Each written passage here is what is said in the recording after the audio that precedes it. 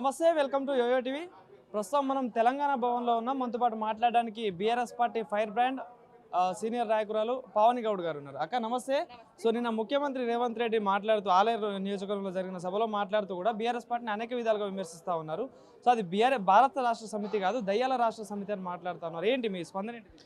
ఒక దయ్యము, ఒక కొరిమి దయ్యము, అసలు 10 ఏళ్లల్లా కేసీఆర్ గారి పాలనలో సస్యశ్యామలంగా ఉన్న తెలంగాణను తన 20 నెలల పాలనలా దౌర్భాగ్యపు స్థితికి తీసుకొచ్చిన ఒక కొరిమి దయ్యం మాట్లాడుతున్న మాటలు తప్ప అవేమీ లేదు.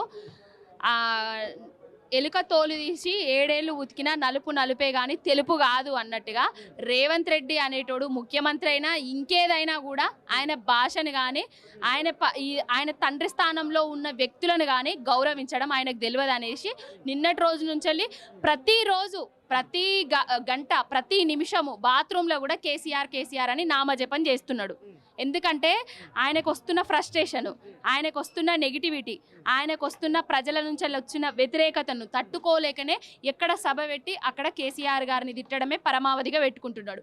అసలు 20 నెలలల్లా చేసింది ఏం లేక, చెప్పుకోవడానికి ఏం లేక బీఆర్ఎస్ పార్టీని, బీఆర్ఎస్ నాయకులను, తెలంగాణ ప్రజలను దూషించడమే పరమావధిగా పెట్టుకున్నాడు. ఇప్పుడు ఆకాశం మీద ఉమ్మితే రేవంత్ రెడ్డి నీ మీదనే పడుతుంది. నువ్వు ఒక దొంగవు, ఓటుకు నోటు దొంగవు, గజ దొంగవు, రౌడీవి, తెలంగాణ ఉద్యమకారుల మీద బుల్లెట్ రైఫిల్ ఎక్కుపెట్టిన రైఫిల్ రెడ్డివి, తొడగొడతా మెడగొడతా నేను జైలుకి పోయినా అనేసి నిన్న మాట్లాడతాను. జైలుకి ఎందుకు పోయినా బిడ్డ రేవంత్ రెడ్డి? తెలంగాణ ప్రజల కోసం పోయినవా, ఉద్యోగుల కోసం పోయినవా, నిరుద్యోగుల కోసం పోయినవా, మహిళల కోసం పోయినవా, పోలీసుల కోసం పోయినవా, తెలంగాణ రాష్ట్రం కోసం పోయినవా జైలుకు? స్వతంత్ర ఉద్యమం చేసేమన్నా జైలుకు పోయినవా? ఎందుకు పోయినావు? పట్టపగలు అడ్డంగా ఎక్కడ కెమెరాల ముందట ఓటుకు నోట్లు ఇచ్చుకుంటా నీ గురువు చెప్పిన దానికి తానా అంటే తందానా అనుకుంటా నీచమైన పని చేసి జైలుకు పోయినావు. దేనికి పోయినావు? అంటే 10 ఏళ్ళు రాబందుల్లా తెలంగాణ సొమ్ము దోచుకున్న లాంటి వాళ్ళు కూడా నన్ను ప్రశ్నిస్తారా అంటూ నిన్న రేవంత్ రెడ్డి మాట్లాడుతూ ఉన్నారు.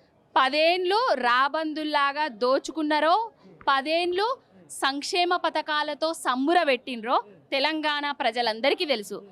10 ఏళ్ళ అభివృద్ధిని, 10 ఏళ్ళు అహర్నిశలు కష్టపడి తెలంగాణ రాష్ట్రాన్ని దేశానికి రోల్ మోడల్గా చేస్తే 20 నెలలనే విధ్వంసాన్ని, వినాశనాన్ని సృష్టించి నీళ్లు లేని తెలంగాణ చేసి, బీడు భూముల తెలంగాణ చేసి, ఆత్మహత్యలకు నిలయంగా, రైతన్నల ఆత్మహత్యలకు నిలయంగా చేసింది ఎవరు? రేవంత్ రెడ్డి.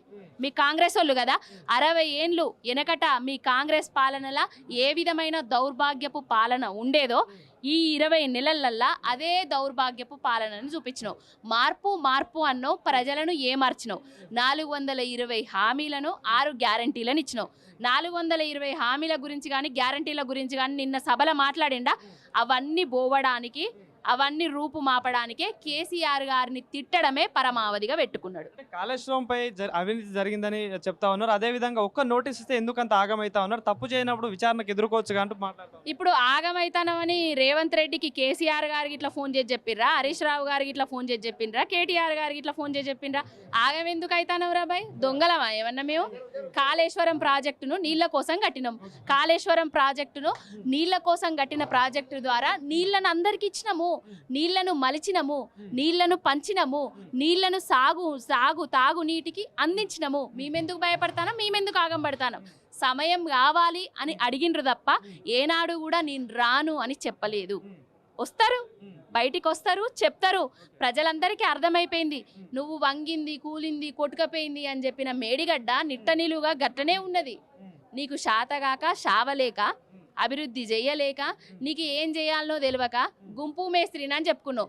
లప్పం సున్నం పెట్టే తెలివి లేక ప్రాజెక్టును నిర్వీర్యం చేస్తాను, అంతే తప్ప ఏం లేదు. మేడిగడ్డ అంటే ఓన్లీ మేడిగడ్డ, కాళేశ్వరం ప్రాజెక్ట్ అంటే ఓన్లీ మేడిగడ్డే అనుకుంటాడు సన్నాసి. మేడిగడ్డ అంటే సుందిల్ల, కాళేశ్వరం అంటే మేడిగడ్డ, సుందిల్ల, అన్నారం. అక్కడి నుంచి వెళ్ళి ఎక్కడికి నీళ్ళు తీసుకొస్తాండ్రు, ఏం చేస్తాండ్రు, ఎక్కడున్న నీళ్లను ఎంత ఎత్తుకు పోస్తున్నారు అనేది రేవంత్ రెడ్డికి, కాంగ్రెస్ నాయకులకు తెలియక తెలివి లేనోళ్ళు చేస్తున్న విష ప్రచారాలు తప్ప ఏం లేదు. సో బీఆర్ఎస్ పార్టీలో దయ్యాలు ఉన్నాయని బిడ్డ ప్రశ్నిస్తా ఉంది. ఫస్ట్ ఆ బిడ్డ చెప్పిన మాటలకు సమాధానం చెప్పకుండా ఫామ్ హౌస్లో నిద్రపోతా ఉన్నాడు దయ్యాల అధినేత అంటూ మాట్లాడుతూ నిన్న ఏం చెప్తారు? కేసీఆర్ గారు దేవుడి దగ్గర దయ్యాలు ఉండే. ఆ దయ్యాలని ఎవరు అంటున్నారో వాళ్ళని అడగండి, నాకు తెలియదు ఆ విషయం. సో మరి కాళేశ్వరం ప్రాజెక్ట్ విషయంలో కూడా అవినీతి జరిగింది, 1 ఎకరా నీళ్ళ కూడా నీళ్లు పారించలేదంటూ రేవంత్ రెడ్డి మాట్లాడుతున్నారు, ఏం చెప్తారు? నిన్న రేవంత్ రెడ్డి గంధమల్లాది ఓపెన్ చేసిండు, అక్కడికి ఏ నీళ్ళు ఎత్తిపోతాడట? కాళేశ్వరం నీళ్ళు కదా. కాళేశ్వరం లేనిది మేడిగడ్డ ఎక్కడిది? ఇవన్నీ ఎక్కడి? కాళేశ్వరం లేనిది నీళ్ళు ఎక్కడి నుంచి వస్తున్నాయి? ఆ మూసీకి ఏదో మురికి వేసి ఆ ప్రక్షాళన వేసి కాళేశ్వరం నీళ్ళనే ఎత్తిపోస్తా అని చెప్తున్నాడు కదా. అసలు కాళేశ్వరంలో నీళ్ళు వస్తాయా రావా, అసలు నీళ్ళ గురించి ఏం మాట్లాడాలి అనే సోయి లేని వాళ్ళు మాట్లాడుతున్న మాటలు మాత్రమే. దేవుడి మీద ప్రమాణం చేసి చెప్తున్నాం, శివుడి మీద ఏదైతే కాళేశ్వరుడు ముక్తీశ్వరుడు ఉన్నాడో ఆ కాళేశ్వరుడు ముక్తీశ్వరుడు ప్రతిదీ గమనిస్తూనే ఉన్నాడు. రేవంత్ రెడ్డి అనేటోడు నిజంగా చెప్తున్నా నీచ నికృష్ట పనులు చేసుకుంటూ మూసీ ప్రక్షాళన నన్ను ఎవరు ఆపలేరు, ఎవరు అడ్డొచ్చినా కూడా తొక్కేసుకుంటా వెళ్తా అని చెప్పేసి మాట్లాడుతున్నారు, ఏం చెప్తారు? ఇగో తొక్కుడు వెన్నుపోటు ఒడుసుడు ఆయన గురువు దగ్గర నేర్చుకున్నాడు. తొక్కి తొక్కి తొక్కి కాంగ్రెస్ సీనియర్ నాయకులందరినీ తొక్కి ఏం చేసిండు? ముఖ్యమంత్రి అయిండు. ఇప్పుడు తొక్కి తొక్కి తొక్కి కాంగ్రెస్నే తొక్కుతాడు, కాంగ్రెస్నే అధపాతాళానికి పంపిస్తాడు. పంపించి నెక్స్ట్ ఏం చేస్తాడు అనేది ఆయనకు తెలుసు. ఆయన ప్లాన్ల పగడ్బందీ ప్లాన్లనే ఉన్నాడు. కాంగ్రెస్ను కథం పట్టించి బీజేపీలకు పోతాడు. Thank you.